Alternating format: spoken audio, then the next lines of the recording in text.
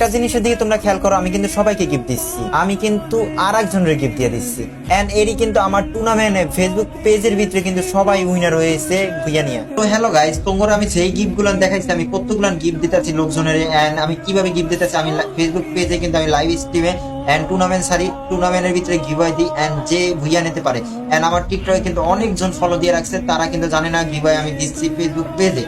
তো আমার ফলোয়ারের ভিতরে আমার ফ্রেন্ড লিস্টে কয়জন আছে, তো দেখা যাক আমি কয়েকজনের অ্যাড দিই, দেখি আর গ্রুপে নেয় সাকন।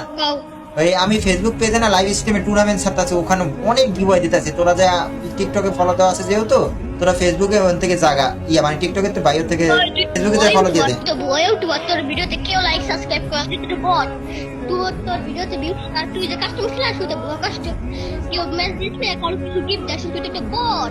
আরে গিফট দিই তো, তুই ভিডিও ভালো মতো দেওয়াস না, হয়তো গিফট দিতেছি তো। সাপোর্ট কিক মেরে দিছে ফেসবুক পেজে, এন থেকে লিংক থেকে টিকটকের আসনা জয়েন।